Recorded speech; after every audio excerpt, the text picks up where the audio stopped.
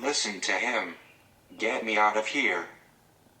Don't know what that was. I am going a little bit crazy because of certain secret things with the book that is generally a secret and will remain secretive. I have some books here that are strange, just briefly, because it's a cool cover and an early edition of Pan by Knut Hamsun. The dude, and you can say a lot of bad things about him that are all true, he knew how to write a fucking good book. And Pan is awesome. There's another one, I can't remember what it's called, that I read. It's not the one that won him the Nobel Prize, although I started that one and it was a little bit sexist. I mean, a lot of it's sexist. There's sometimes, there's some books, given the context of history, where you can understand the elements that aren't like politically correct or that just age really poorly.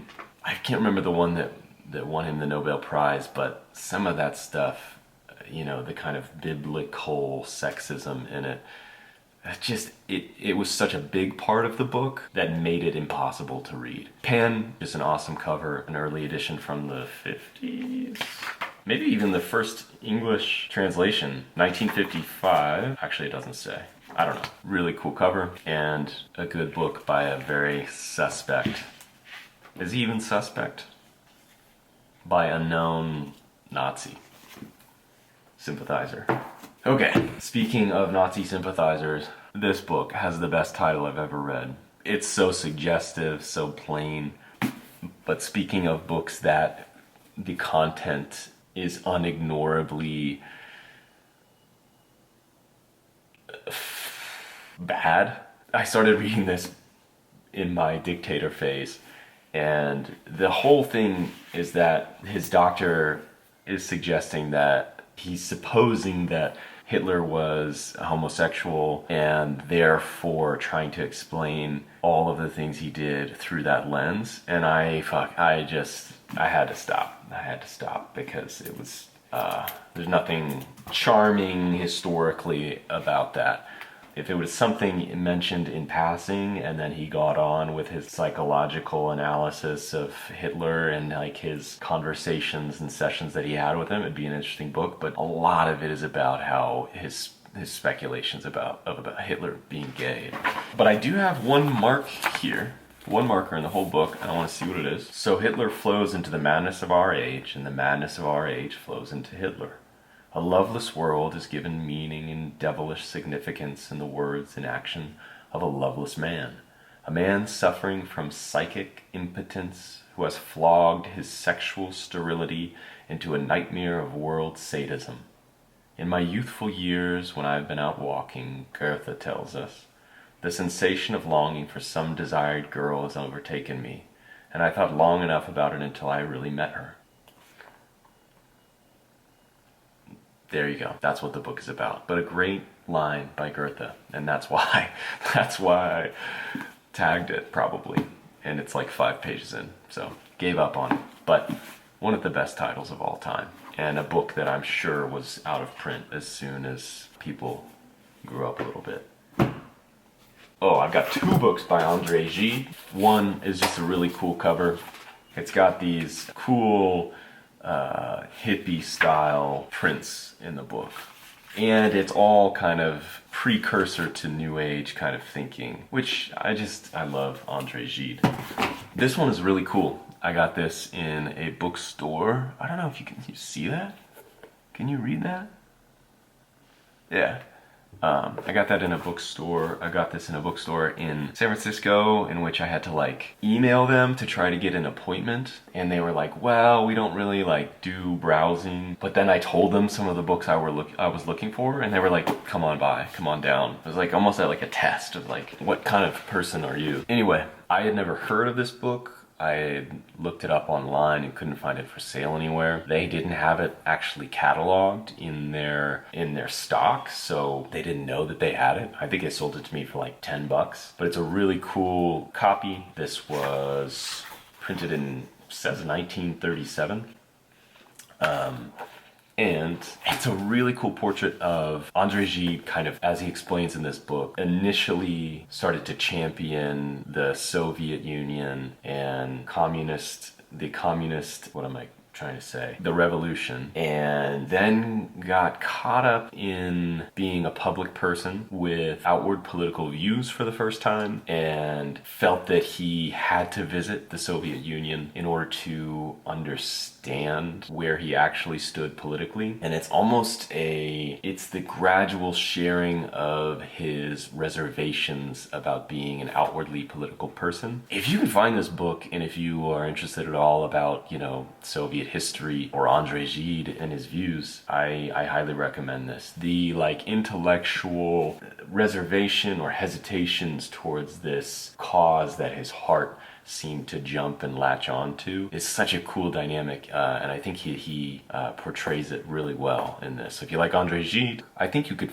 probably figure it out to find it somewhere online, or some copies of it online, but I had never heard of it before, and neither had the bookstore that I got it from, so it was kind of cool. Okay, this book comes from my dictator phase, in which I got really tired of reading books in which the sort of gist was, is this narrator likable or not? And I don't know, I got tired of reading about likable people, and so I just read about the worst people on the planet Earth. I read the Mao biography by Zheng Chang and what's his name? John Holiday. And, well, okay, because Mao, to my fucking very little understanding, which you should not listen to me at all, was still, when the biography of Mao was being written, he was still in some circles like a revered or important figure historically to some people. And so they really, really worked in that book to page after page after page demonstrate this sort of demonic and monstrous quality of his regime and his rule. And I just hadn't read a book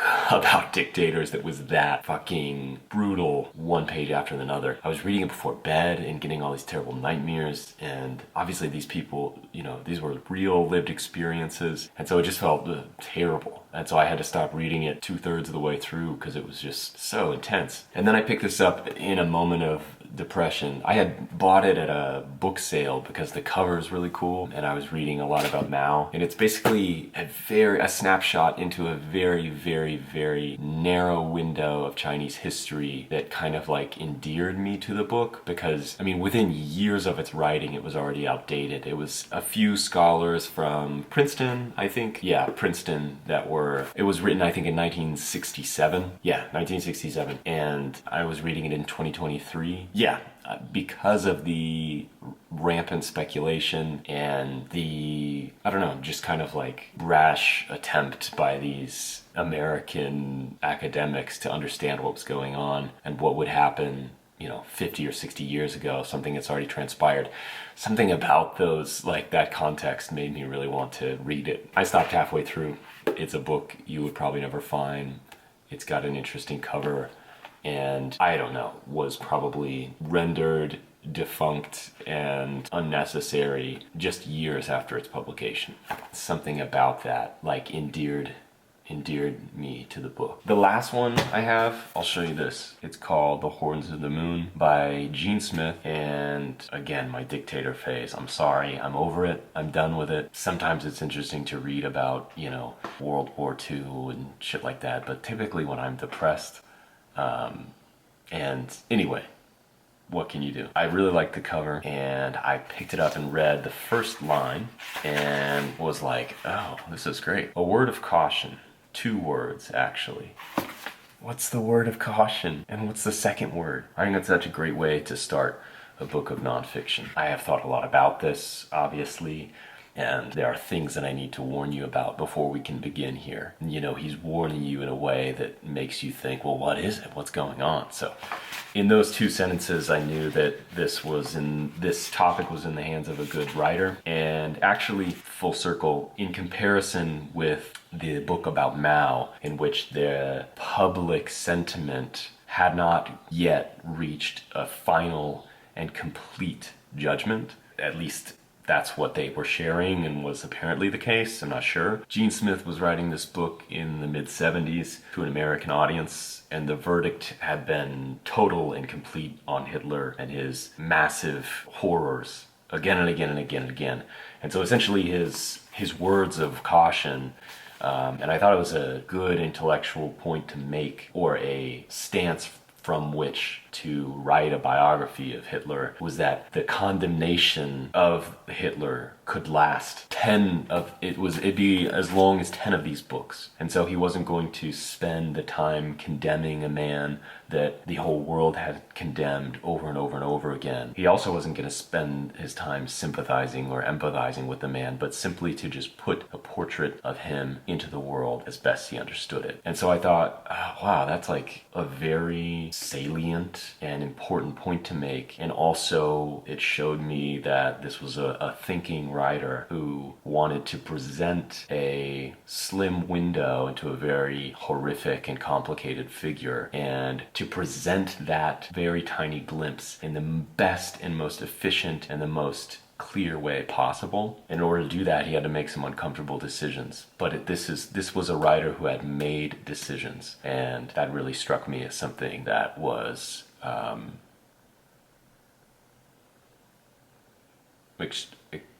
I don't know. It struck me.